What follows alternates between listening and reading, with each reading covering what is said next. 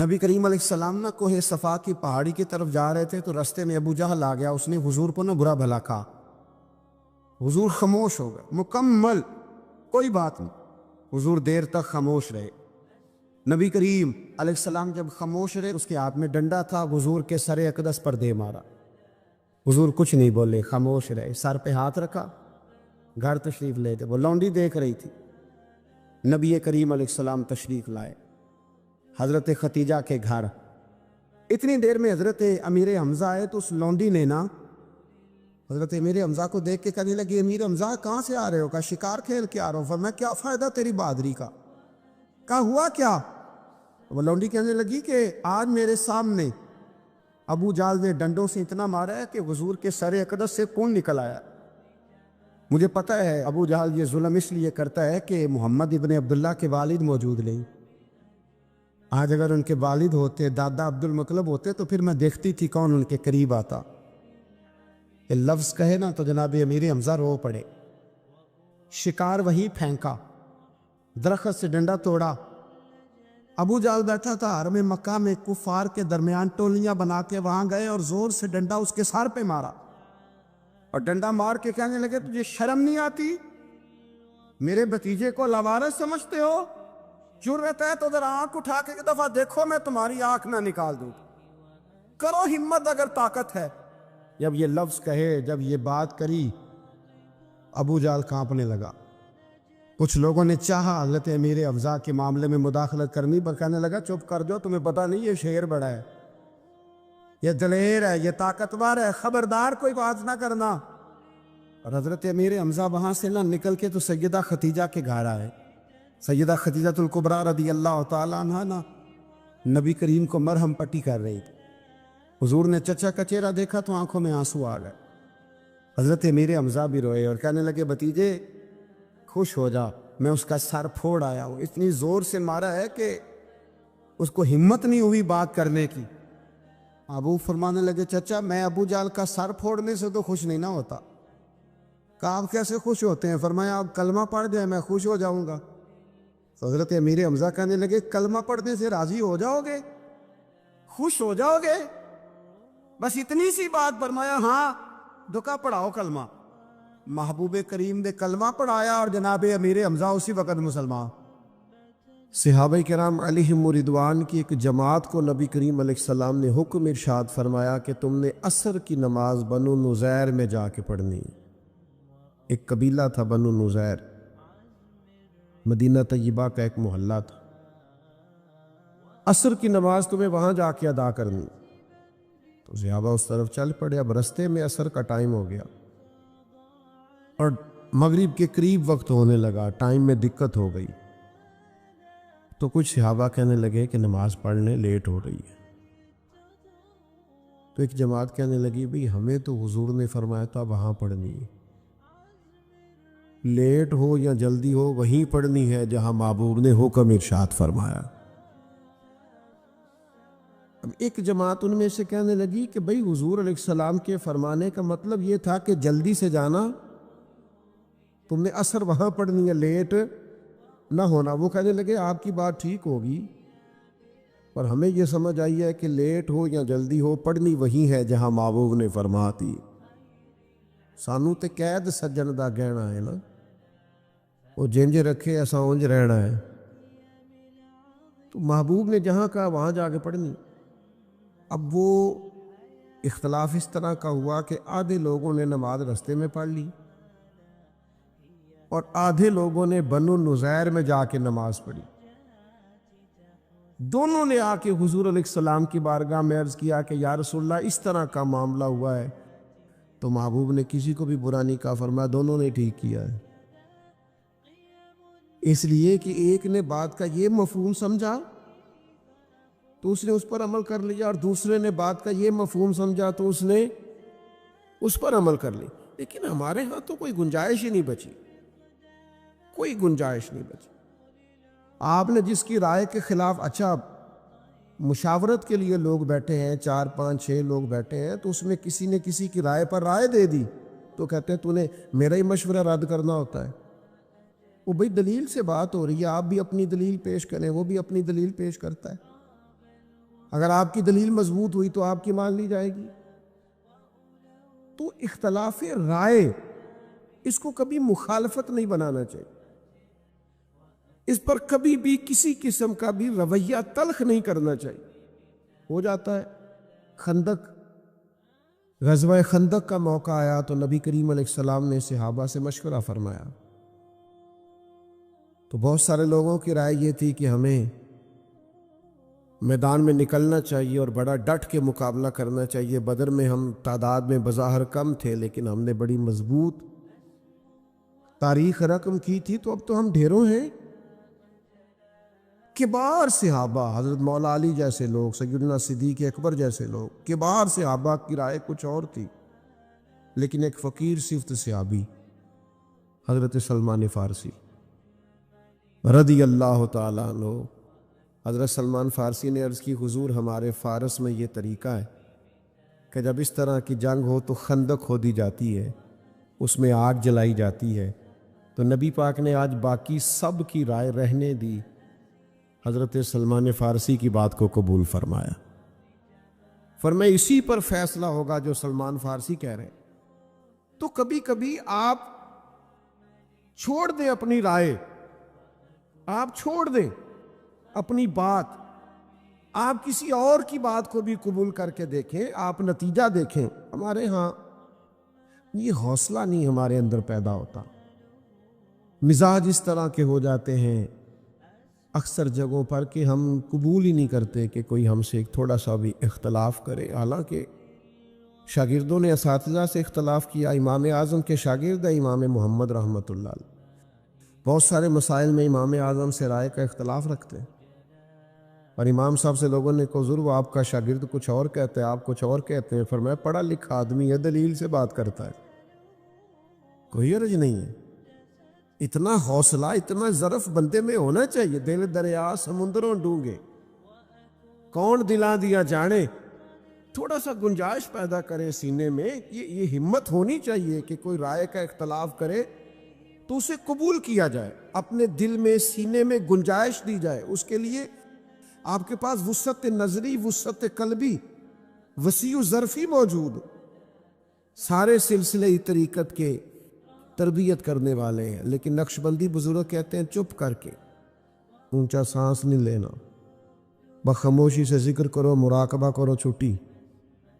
چشتی مشائخ فرماتے ہیں ذرا ذکر اونچا کرو، شیطان کو بھی پتہ چلے یہاں اللہ کی یاد ہو رہی، ذرا بھاگے تو بات ان کی بھی ٹھیک ہے اور بات ان کی بھی ٹھیک ہے۔ سارے رنگ ہی خوشبو والے ہیں، سارے انداز ہی ٹھیک ہے، لیکن اگر کوئی بضد ہو کے بیٹھ جائے جو میں کہہ رہا ہوں وہی ٹھیک ہے، تو بھئی یہ طریقہ، یہ رویہ بہرحال درست نہیں ہے۔ اور پھر ایک اور بات بھی، آپ کا ظرف اس قدر ہونا چاہیے کہ جس آدمی کا رویہ ٹھیک نہیں، کردار ٹھیک نہیں، انداز ٹھیک نہیں، اس کا رویہ، کردار، عمل آپ سے مخالفت رکھتا ہے، رائے اور رکھتا ہے وہ، لیکن جب آپ کا اس شخص کے ساتھ بھی آمنا سامنا ہونا تو آپ اس کے رویے کے مطابق نہیں چلیں گے، آپ تو اپنی وضاقتہ کے مطابق چلیں گے۔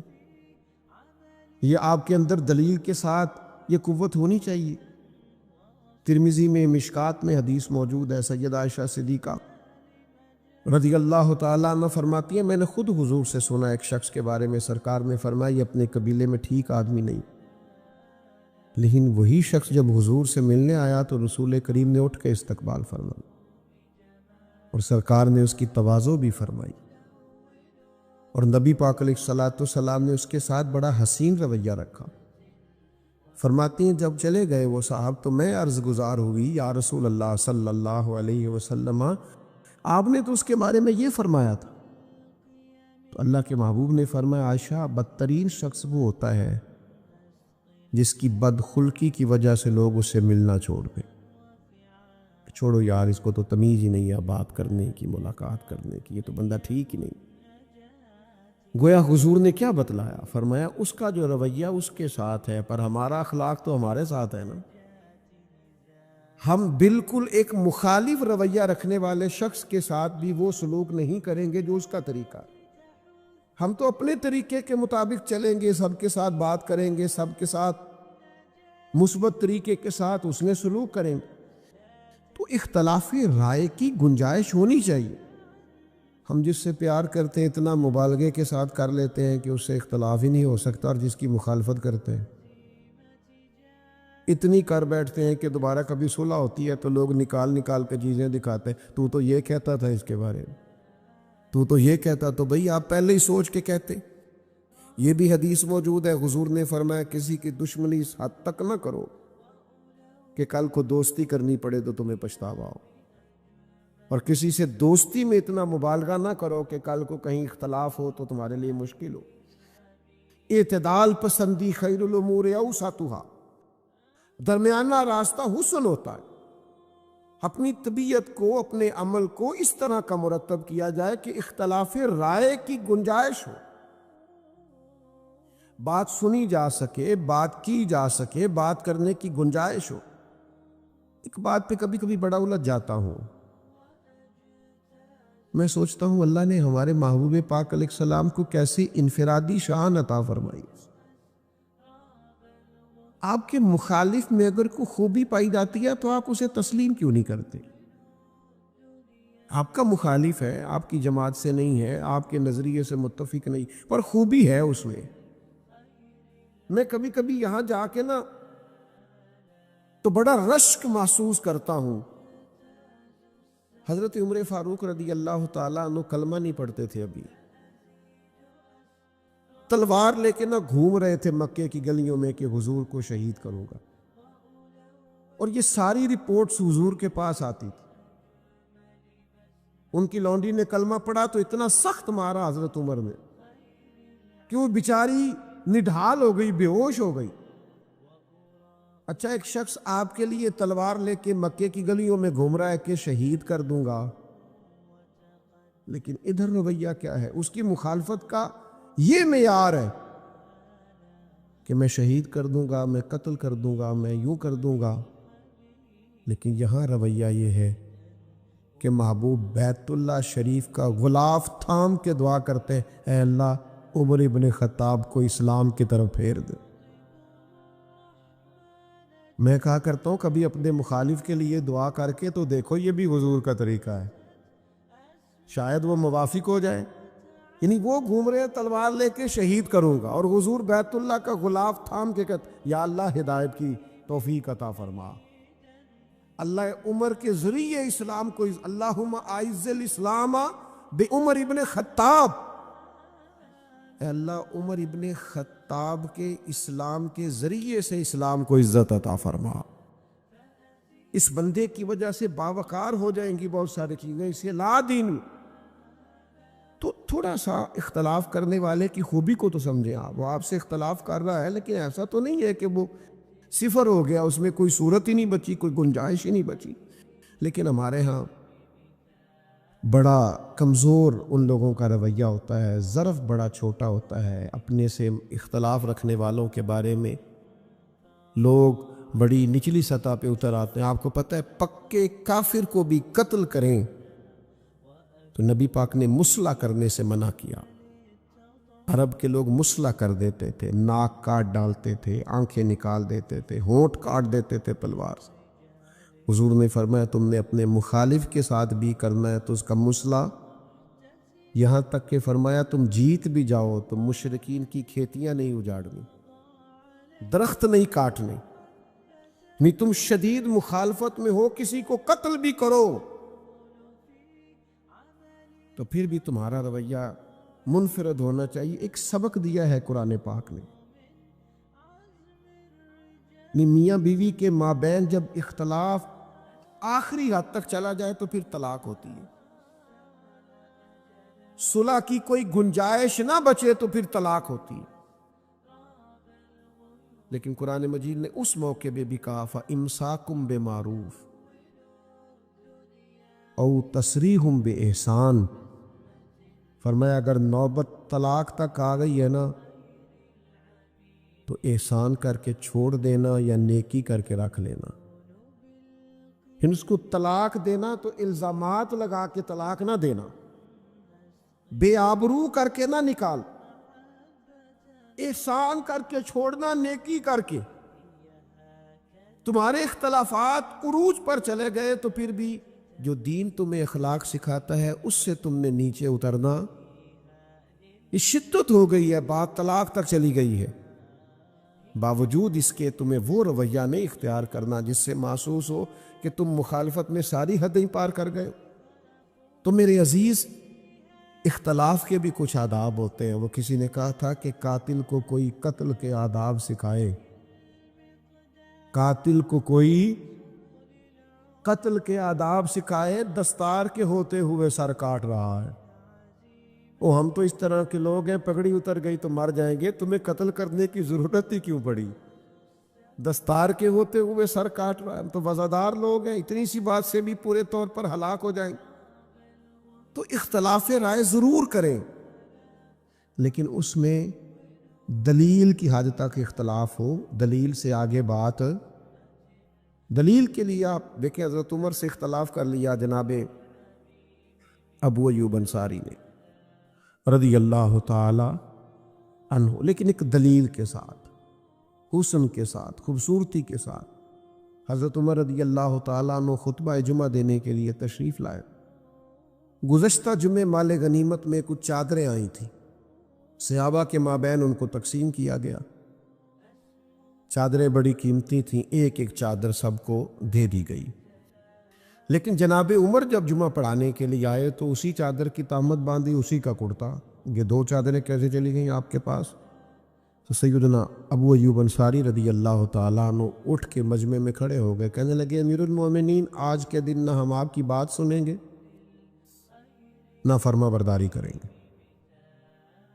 حضرت عمر نے فرمایا وہ کیوں؟ اور یہ جناب عمر کا حوصلہ بھی دیکھیں۔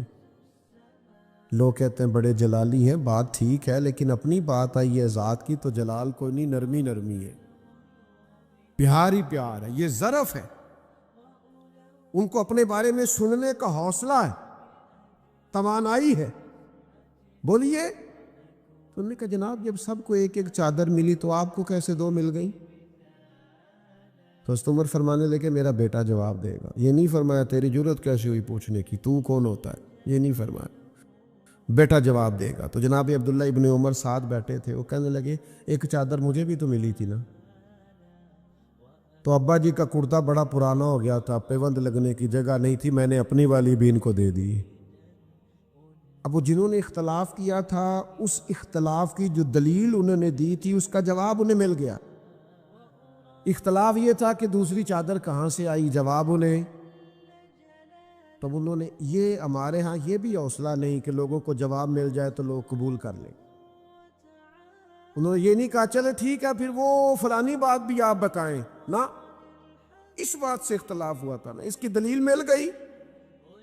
ابو ایوب انصاری پھر اٹھے اور کہنے لگے، عرض کرنے لگے امیر المومنین خطبہ دیجئے، اب ہم آپ کی بات بھی مانیں گے اور فرما برداری بھی کریں گے، چونکہ ہمارا اختلاف دلیل کی حد تک ہے، دلیل مل گئی، بات ختم ہو گئی۔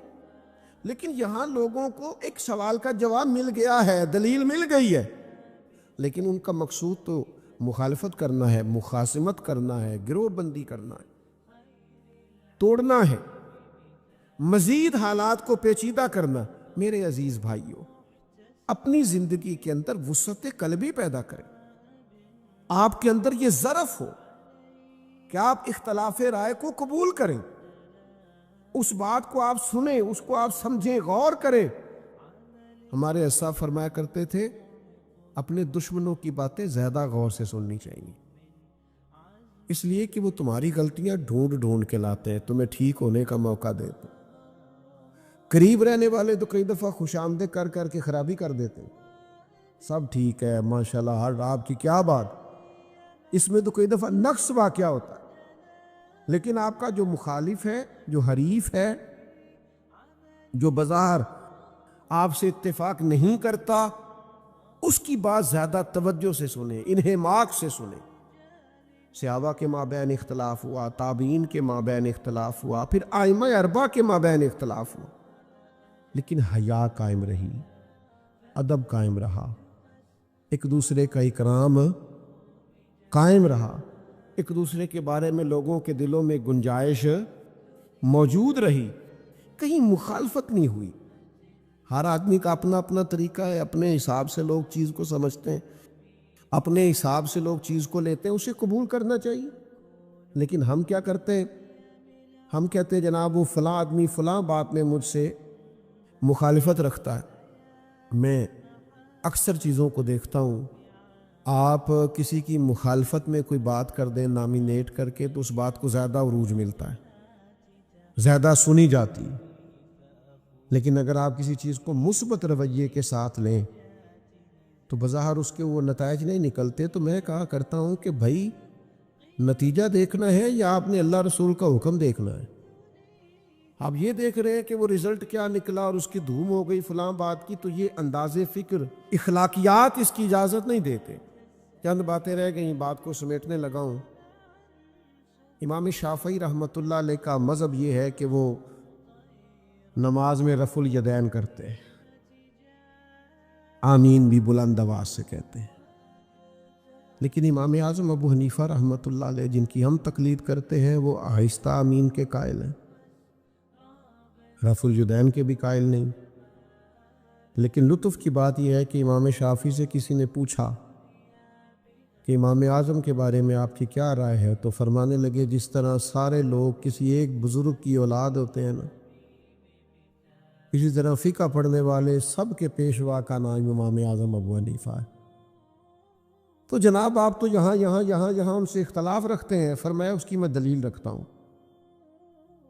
لیکن امام اعظم کی توقیر، ان کا اکرام، ان کی شان، ان کا مرتبہ، ان کا تقوی، امت میں ان کا درجہ، اس کا انکار ممکن ہے؟ یعنی اتنے اختلاف کے باوجود بھی یہ وفاداری، یہ رویہ، یہ حسن، یہ خوبصورتی. تو عزیز اختلاف رائے ہو جاتا ہے، خدا را اس کو مخالفت نہ بنائے. حضرت عوف بن مالک رضی اللہ تعالیٰ عنہ وہ فرماتے میرے گھر میں بڑی غربت آ گئی، اور ساتھ یہ ہوا کہ میرا بیٹا بھی کفار نے قید کر لیا. تو میں بڑا پریشان ہو کے حضور کی بارگاہ میں حاضر ہوا. یا رسول اللہ صلی اللہ تعالیٰ علیہ وسلم، ایک تو غربت، اوپر سے بیٹا بھی قید کر لیا گیا ہے. کئی دفعہ نا دکھ آتے ہیں تو سارے کٹھے ہی آ جاتے ہیں، پریشانیاں آتی ہیں تو ساری کٹھی آ جاتی ہیں. تو عرض کرنے لگے یا رسول اللہ صلی اللہ تعالیٰ علیہ وسلم، ایک تو غریبی ہے، حالات ایسے ہیں، اوپر سے بیٹے کو کفار نے اغوا کر لیا. تو اللہ کے حبیب نے فرمایا اللہ پہ بھروسہ کرو اور تسبیح پڑھو. پیارے بھائی میری طرف دیکھو، چھوڑ دو یہ کام آپ، اللہ تعالیٰ آپ کو سلامت رکھے. یہ دینی محفل ہے، کوئی سیاسی جلسہ ہے؟ اس کے آداب کا خیال فرمائے. اللہ تعالیٰ آپ کو ڈھیروں برکتیں دے، سلامتیاں عطا کر، ہمیشہ خوش رکھے. اس میں تو ایک فوٹو بھی نہ بنے گی تو پھر بھی گزارا ہوگا. اور ویسے بھی کچھ تصویریں رہنے دیں، کچھ ریکارڈ قیامت کے دن کے لیے بھی محفوظ رہنے دیں تاکہ اس کا اجر ملے. اللہ تعالیٰ آپ کو سلامتی عطا کرے. بیمار ہوں، تھوڑی دیر کے لیے آیا ہوں، میری بات سن لیں، پھر انشاءاللہ آپ ادھر ہی ہیں، ایک دوسرے کی تصویریں رج رج کے کھینچیے گا. عزیز دوست غور فرمائیے جو عرض کر رہا ہوں. حبیب پاک صلی اللہ تعالیٰ علیہ وسلم نے فرمایا کہ گھر جاؤ، اللہ پہ بھروسہ کرو اور لاحول شریف پڑھو، لا حول ولا قوت الا باللہ العلی العظیم. اس تسبیح کو پڑھو. فرماتے میں اور میری بیوی نے پڑھنا شروع کیا، اللہ کی ذات پہ بھروسہ اور اس تسبیح کو پڑھو. فرماتے ہم پڑھ رہے تھے، بھروسہ اللہ پہ تھا. دروازے پہ دستک ہوئی، باہر گئے تو اللہ نے فضل کیا، بیٹا دروازے پر موجود تھا اور اکیلا نہیں آیا، 400 بکریاں بھی ساتھ لایا.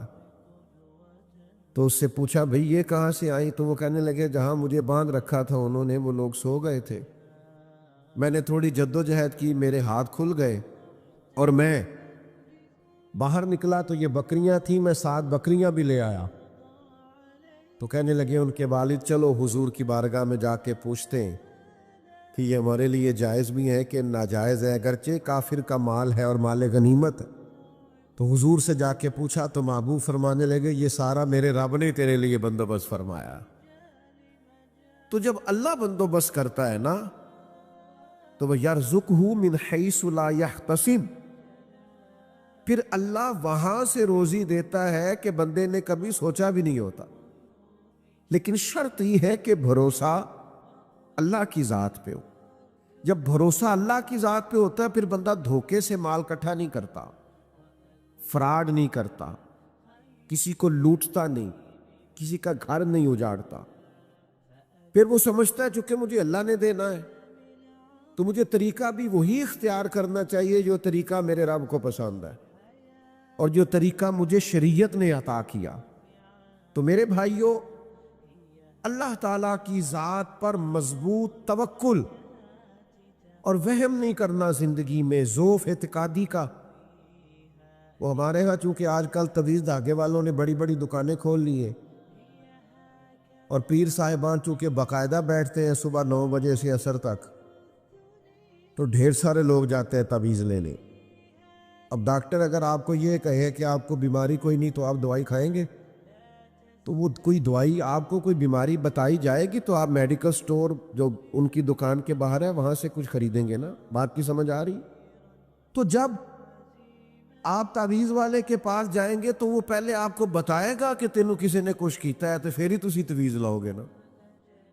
اگر وہ یہ لفظ بول دیتا ہے کسی نے کچھ کیا ہوا ہے تو پھر شک جاتا ہے۔ اس ظالم کو نہیں پتا کہ کتنے لوگوں کے بارے میں دل میں بدگمانی پیدا ہوتی ہے، نفرت پیدا ہوتی ہے، کتنے لوگوں کو بندہ دشمن سمجھنے لگتا ہے۔ تو میرے عزیز ان چکروں سے باہر آئیں۔ مومن کی ایک شان ہے، مومن کا ایک مقام ہے، مومن کا ایک مرتبہ ہے، مومن کے اعتقاد ہوتے ہیں، اس کے نظریات ہوتے ہیں، وہ اپنے نظریے کی بنیاد پر مضبوط ہوتا ہے۔ دیکھیے حضرت مولا علی شیر خدا رضی اللہ تعالیٰ عنہ بیمار ہو گئے تھے۔ ہمارے ہاں بہت سارے لوگ بیمار ہوتے ہیں تو سب سے زیادہ نقصان وہ بیمار اپنا کرتا ہے جو حوصلہ ہار جاتا ہے، جو ذہنی طور پر طاقتور رہتا ہے نا کہ یار اللہ بڑا کریم ہے، پہلے شفا دی تھی اب بھی فضل فرمائے گا۔ یہاں سے جو لوگ طاقتور ہوتے ہیں وہ طاقتور رہتے ہیں، لیکن اب حوصلہ کمزور کر بیٹھتے ہیں، بڑی جلدی پریشان ہو جاتے ہیں۔ مولا علی شیر خدا رضی اللہ تعالیٰ عنہ علیل تھے تو بعض صحابہ ان کی تیمارداری کے لیے حاضر ہوئے، تشریف لائے۔ تو مولا علی شیر خدا رضی اللہ تعالیٰ عنہ کو چونکہ بیمار آدمی کو نکاہت ہو جاتی ہے، کمزوری ہو جاتی، تو ان کی وہ کمزوری دیکھ کر بعض لوگ کہنے لگے کہ آپ تو بڑے بیمار ہیں، اللہ فضل کرے، ہمیں تو پریشانی ہو رہی۔ تو حضرت علی شیر خدا اگرچہ بیمار تھے اور اتنے بظاہر کمزور تھے کہ ان کو دیکھ کر دوسرے پریشان ہو رہے، اور حضرت علی شیر خدا کا ذرا یقین دیکھیے، فرمانے لگے آپ لوگ فکر نہ کریں، مجھے کچھ بھی نہیں ہوگا۔ آپ کی توجہ ہے نا میری بات پر؟ مجھے کچھ بھی۔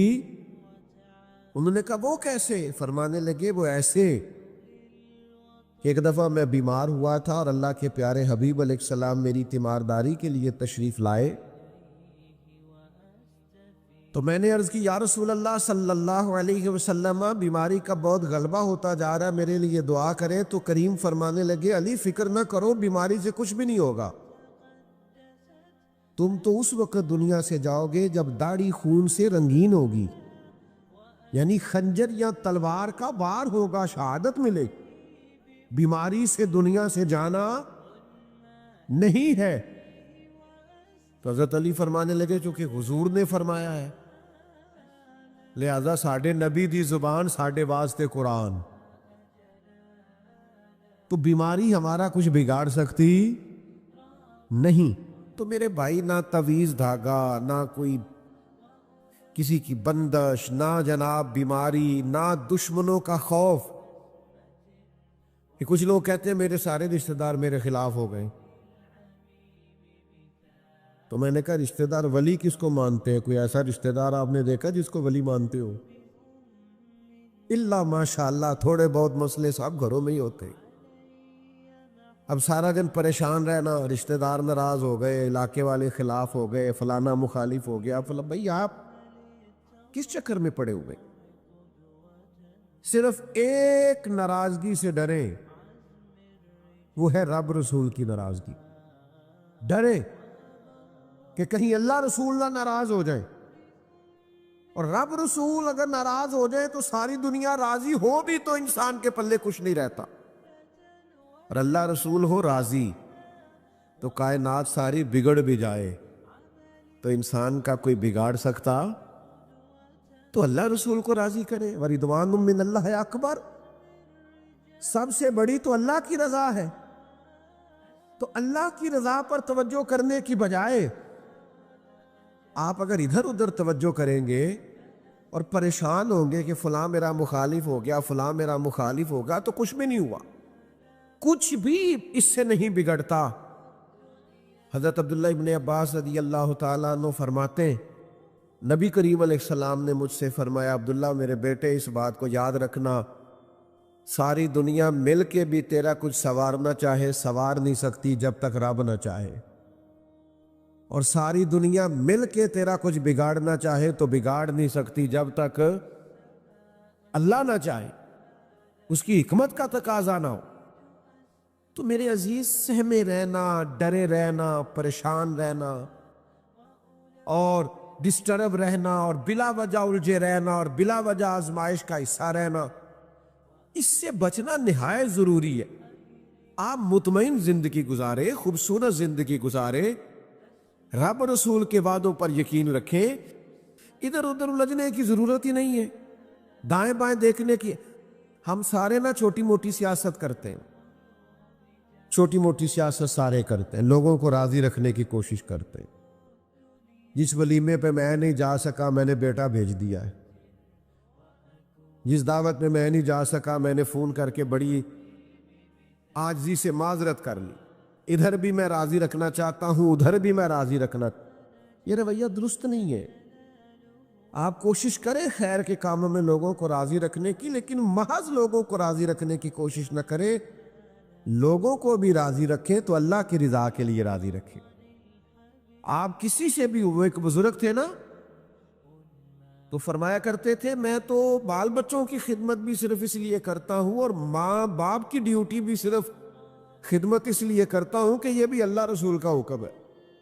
میرا اصل مطمع نظر رب رسول کو راضی کرنا ہے. تو میں تو سارے احکام اللہ رسول کے مان کے مخلوق کے بیچ گزارا کرتا ہوں. جیسا میں نے کہا تھا باتیں زیادہ نہیں کرنی، بس میں تھوڑی دیر میں اپنی گفتگو سمیٹ لوں گا. اس کے لیے ہمیں کرنا کیا ہے؟ یہ یقین کامل پیدا کرنے کے لیے کرنا کیا ہے؟ ذہنی طور پر مضبوط ہونے کے لیے کیا کرنا ہے؟ کون سا عمل کریں کہ ہم اس ساری ضعف اعتقادی سے نکل آئیں، آزمائش سے نکل آئیں، بے چینی سے نکل آئیں، الجھاؤ سے نکل آئیں؟ کیا کریں؟ تو اللہ تعالیٰ نے قرآن مجید میں فرمایا یا ایھا الذین آمنوا استعینوا بالصبر والصلاۃ. دو چیزوں سے مدد مانگنی. اے ایمان والو، صبر اور نماز سے مدد مانگ. دنیا کے ہر قسم کے آزمائش سے جو آدمی طاقتور ہونا چاہتا ہے وہ صبر سے مدد لے. صبر سے ساری طاقتوں کا مالک رب فرماتا ہے استعینوا بالصبر والصلاۃ، صبر اور نماز سے مدد مانگو.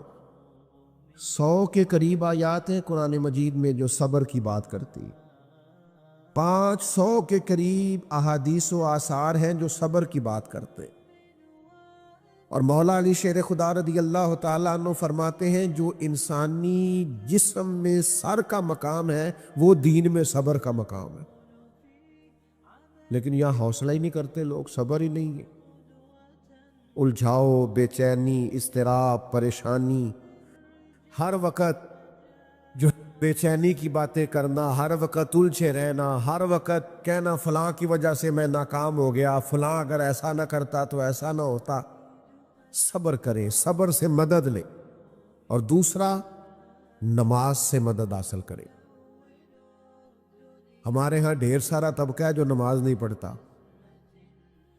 مجھ سے ناراض نہ ہونا، نماز کی وضاحت کوئی نہیں کہ میرے پاس یہ وضاحت ہے کہ میں نماز نہیں پڑھتا، اس کی وضاحت ہی کوئی نہیں، کیونکہ شریعت نے اس کی کوئی گنجائش نہیں رکھی. کھڑے ہو کے نہیں پڑھ سکتا تو بیٹھ کے پڑھے، بیٹھ کے نہیں پڑھ سکتا لیٹ کے پڑھے، اشارے سے پڑھے.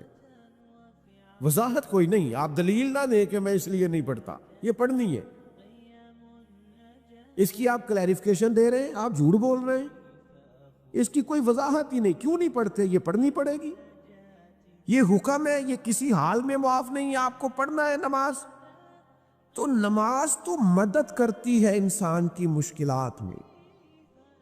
آپ جب سجدہ کرتے ہیں تو گویا آپ اپنے آپ کو سمیٹ کے رب کے حضور پیش کر دیتے ہیں کہ مالک میں کمزور ہوں، جو کرنا ہے میرے رب نہیں کرنا ہے۔ یہ سجدہ، یہ نماز، یہ اللہ کی مدد لاتا ہے۔ جتنے زیادہ انسان سجدے کرتا جاتا ہے طاقتور ہوتا جاتا ہے۔